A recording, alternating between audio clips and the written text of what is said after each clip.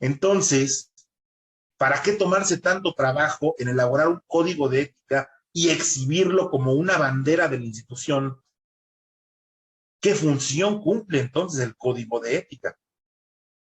Bueno, podría dar varias respuestas a estas preguntas. La primera tiene que ver con que al enfatizar ciertos valores, porque el código muchas veces antes de empezar a dar como las reglas, tiene una declaración de principios, en ocasiones, no siempre. Y en esa declaración de principios lo que hace es establecer los valores que están detrás del código.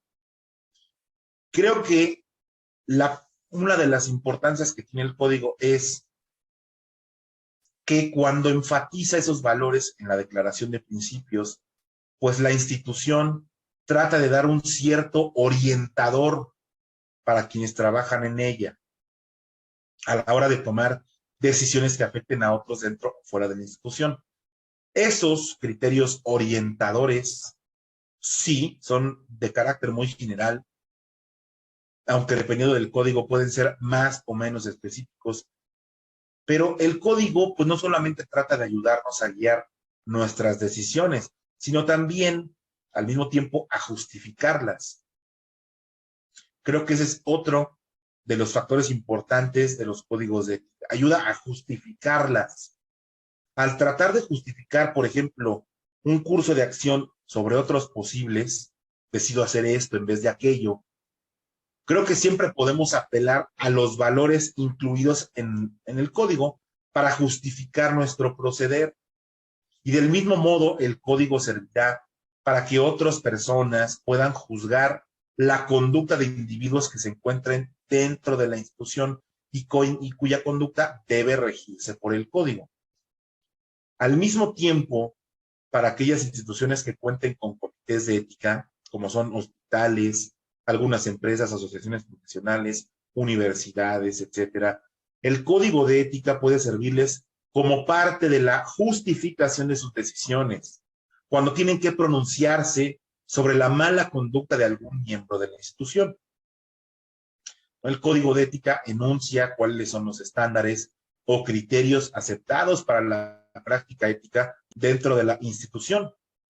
El código puede contribuir en la conducta de los miembros de la institución al ir guiando de cierta manera los modos en que los empleados o los trabajadores perciben los valores éticos de esa entidad, ¿no? Dentro de un código, de un comité, perdón, como suele suceder en la interacción social en términos generales, creo que es posible que la deliberación moral ayude a los individuos a desarrollar sus capacidades para aplicar correctamente los valores y los principios morales en situaciones cotidianas. En ese sentido, esto puede ayudar a su desarrollo moral. Es cuando los individuos entran en deliberaciones morales, pues que se descentran y entienden puntos de vista distintos a los suyos, ¿no? En que ven la racionalidad de otras visiones del mundo, que entienden que hay argumentos para juzgar las cosas, algunos que son mejores, más completos, más sólidos que los propios, que otros, bueno, que puede lograrse el desarrollo moral a partir de ese intercambio con nosotros. Bueno, pues el código por sí mismo no logra incidir directamente en el desarrollo moral de los individuos, pero sí puede consistir en un elemento que se debe considerar para la deliberación. Y por ello es necesario que el código se inserte en una estrategia mucho más amplia, más integral, que logre hacer que los individuos, pues sí, se involucren en discusiones que con suerte, pues los ayuden a desarrollarse moralmente. Además de estas razones, un código de ética, pues es un pronunciamiento público de los principios éticos acerca de los que están de acuerdo los miembros de una institución, de una profesión o funcionarios públicos. Y entonces, pues sirven, ese es otro de los grandes rasgos que cumplen los códigos de ética, que es, sirven para informar a la sociedad, bueno, a los clientes tratándose de una empresa, a las personas a las que brindan un servicio público, tratándose de una institución, sirven para informar acerca de lo que tienen derecho a esperar de ellos. Ese es otro de los rasgos importantes y de los alcances que tiene un código de ética. Es para eso, es más un instrumento declarativo que realmente un instrumento desiderativo, es decir, algo que intenta, como un mero deseo, pues modificar la conducta de sus integrantes. Sí, claro, sirve como pauta, pero es más bien un instrumento para expresión, para informar, un pronunciamiento público en el que se declare lo que la gente, lo que la sociedad tiene derecho a esperar de esa institución. En otras palabras, un código de ética, pues es eso, es un pronunciamiento que hace la institución para decirle a la sociedad cuáles son los valores que suscribe y qué pueden esperar de ella. Si la institución o sus miembros dejan de guiar su conducta según esos valores, pues otros miembros de la institución o el resto de la sociedad pueden señalarles esa incongruencia. Y de esta manera, pues los códigos le informan a otros profesionales con los que tengan que trabajar acerca del tipo de cooperación que pueden esperar de quien avala ese código. También acerca de los límites que puede tener la cooperación que un profesional debe dar. Es decir, el código le dice a otros qué valores suscribe la institución y qué se puede esperar a la hora de que interactúen con ella. Por ejemplo, si un código de ética suscribe, digamos, valores católicos, porque hay instituciones y empresas que lo hacen, cooperativistas, ¿no? Bueno, valores cooperativistas o valores de respeto al medio ambiente. Bueno, esa institución le está anunciando a otros, al medio social, cuáles son los límites que puede tener la cooperación con ella, cuando entremos en esa interacción cooperativa con ella. Y es necesario tener conciencia de las funciones, entonces, que puede tener un código de ética, así como de sus limitaciones.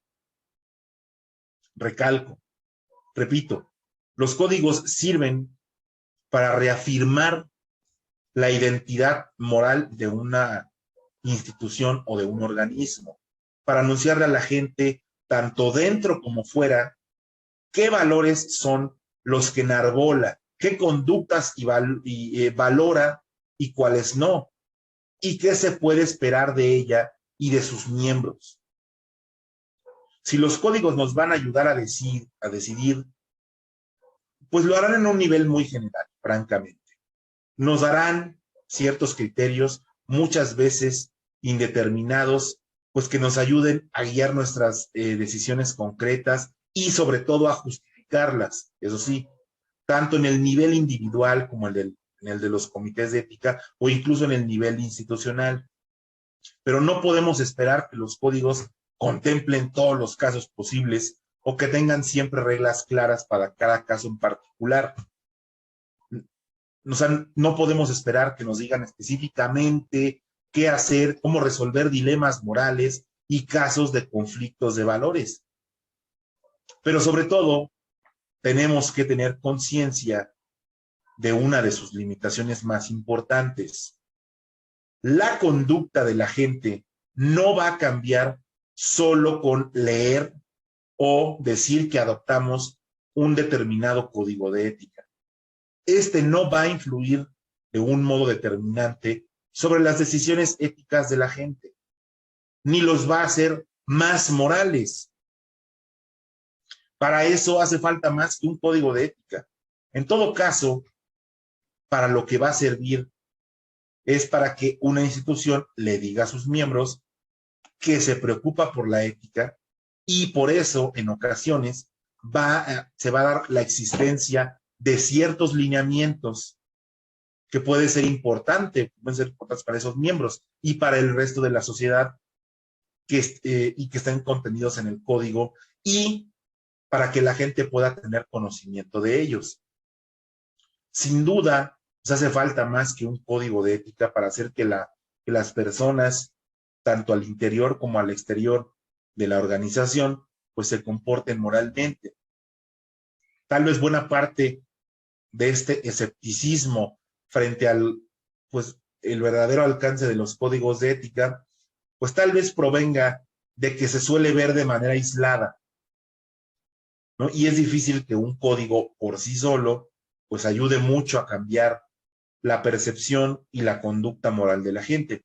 Quizá por eso, pues, en algunas empresas en donde se han formulado los códigos, pues no solamente es el código, sino que van acompañados, pues, de una política más amplia. Y por ende, cuando solamente es el código por sí mismo, pues no ha habido no se ha generado el impacto esperado. Entonces, para que el código tenga alguna utilidad para el desarrollo de una cultura ética dentro de una institución, pues debe verse como parte de una estrategia más integral, no como parte de un sistema más complejo para reforzar la conducta ética dentro de la institución. A ver, si una institución quiere realmente fomentar el desarrollo de esta cultura ética entre sus miembros, pues hay varios puntos que debería seguir, ¿no? Esta lista no pretendo dar una lista exhaustiva y al contrario, creo que puede complementarse y mejorarse. A ver, en primer lugar, una institución debe tener un código de ética donde manifieste los valores y principios que abandera. La institución debe promocionar la existencia del código y de los valores que enarbola. Asimismo, pues debe hacerlo del conocimiento, sí, de todos los miembros de la institución, pero también hacia el exterior. Como he señalado antes, si la institución quiere tener incidencia real sobre la conducta de sus miembros, pues es necesario que primero le diga a los miembros que sí se preocupa por la ética, cualquiera que sea el tipo de orientación moral que le quieran dar.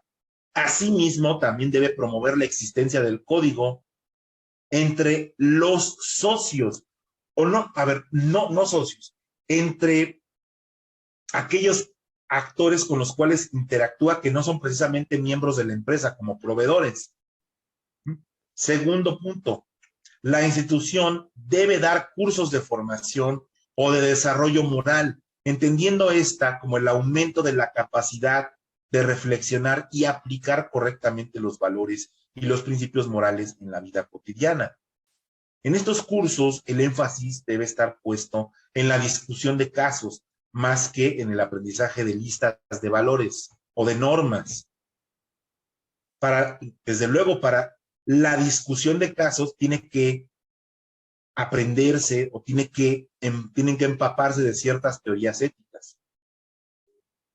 Por ejemplo, dar cursos tradicionales de ética o de filosofía moral, es decir, cursos meramente teóricos en los que se lee que se hable de cuáles son las principales teorías éticas para la evolución, cuáles son las principales corrientes actualmente, sino más bien cursos donde se aborde los problemas, por ejemplo, del deontologismo, del utilitarismo, o cuáles son las características de una ética de principios. A ver, eso puede ser muy útil, pero llevado también después a casos prácticos, sobre todo comunes en la institución.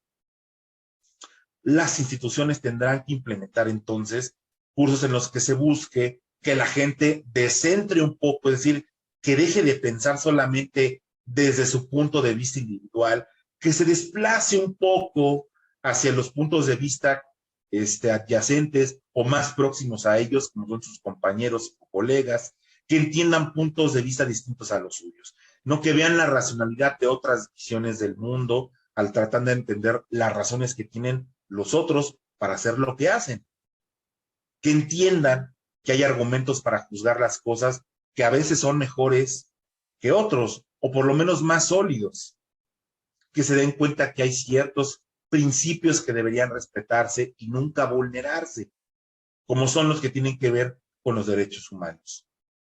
Que se den cuenta que lo que hacen tiene consecuencias y que las cosas están interconectadas, es decir, que su trabajo profesional tiene un impacto positivo, pero también negativo socialmente hablando. Que desarrollen una mayor capacidad de respeto y tolerancia hacia posturas opuestas a las suyas, ¿no? Se tratarían de cursos en los que se les planteen situaciones dilemáticas, en que se les haga pensar, dándoles herramientas, sí, de la teoría ética, principios, posturas, debates, para que tengan mayores recursos al juzgar y al tomar decisiones. En ese caso, un código de ética puede ser una de esas herramientas. Y finalmente, como parte, bueno, finalmente hay otro punto, pero como parte de una estrategia más integral, ya lo he mencionado, se debe buscar una forma en que los miembros de la institución, además de que haya un código, pues tengan un asesoramiento de temas éticos. Por ejemplo, puede haber si un consultor, no como lo es un ombudsman o un defensor de aquellos que puedan verse afectados por acciones de la institución o de sus miembros. Y no debe verse a esta figura como la de un experto moral que tenga la última palabra acerca de lo que la gente debe hacer, sino de alguien que sea capaz de dialogar con los distintos miembros de la institución, haciéndoles ver puntos de vista diferentes sobre un asunto, posibles soluciones a los problemas que plantean y también las posibles consecuencias que pueden tener sus acciones. Los códigos de ética institucionales pueden llegar a cumplir esta función, aunque probablemente de un modo más impersonal, pues dado que habitualmente los asesorados pues no participan directamente en las discusiones del comité institucional. Sin embargo, creo que es una labor del comité dar opiniones sobre cuestionamientos específicos que puedan llegar a tener los miembros de la organización o de la institución.